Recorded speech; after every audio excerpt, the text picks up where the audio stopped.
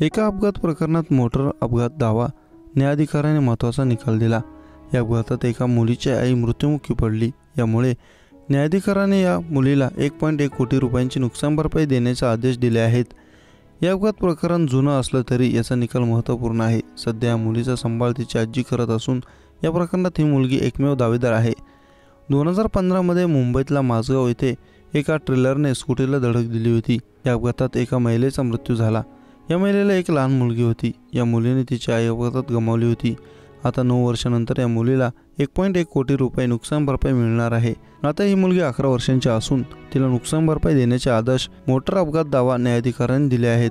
2015 मध्ये अल्पवयीन रितिका, तिचे वडील अशोकने गणपती, आजोबा आनंद सुबैया राय यांना दावा दाखल केला होता, पण दावा लांबल्याने या दरम्यान 2 व्यक्तींचा मृत्यू झाला।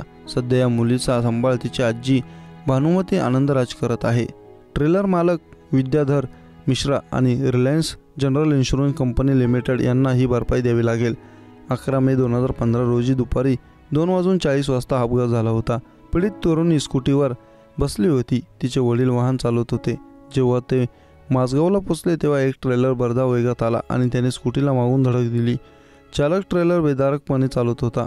आजोबा आणि वडिलांच्या निधनानंतर या मुलीने आजीच्या माध्यमातून दावा दाखल केला। न्यायाधिकाऱ्यांनी सांगितले की भरपाईची गणना करताना काही पैलूंचा विचार केला पाहिजे। मृत्यूसमयी मुलीची आई सीता अशोक यांचं वय 37 वर्ष होतं। त्या शाळेत शिक्षिका होत्या। मृत्यूसमयी त्यांचं मासिक उत्पन्न 60,000 रुपये होतं। जेव्हा या महिलेचा अपघाती मृत्यू झाला तेव्हा तिचं वय कमी होतं। जर ती जिवंत राहिली असती तर ती बराच काळ नोकरी करू शकली असती। या दरम्यान तिचं वेतन देखील वाढलं असतं, पण अपघातात तिचं निधन झालं आणि मुलीला योग्य जीवन जगण्याची संधी मिळाली नाही।